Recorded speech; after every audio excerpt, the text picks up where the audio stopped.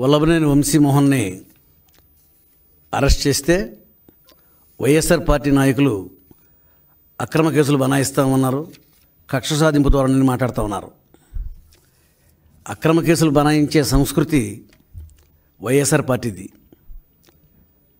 కొల్లు రవీంద్ర గారి మీద కానీ, చంద్రబాబు నాయుడు గారి మీద కానీ, ఎర్రనాయుడు గారి మీద కానీ, అచ్చెన్నాయుడు గారి మీద కానీ ఇలా చెప్పుకుంటా పోతే అనేక మంది మీద అక్రమ కేసులు బనాయించి అధికార దుర్వినియోగం చేసింది వైఎస్ఆర్ పార్టీ వాళ్ళు.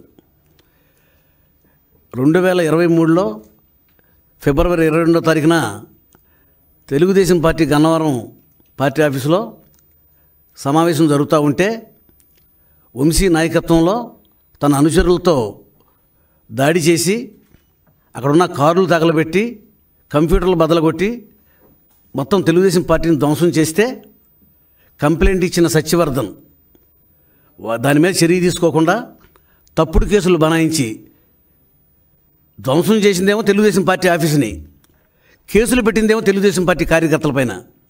ఆ రోజున రాజమండ్రి జైలుకు కూడా పంపించి చాలా రోజులు జైల్లో ఉండాల్సిన పరిస్థితి. దాంతోపాటు ఆడవాళ్ళ మీద కూడా కేసులు బనాయించి తెలుగు మహిళలను కూడా జైల్లో నిర్బంధంలో ఉంచినటువంటి పరిస్థితి.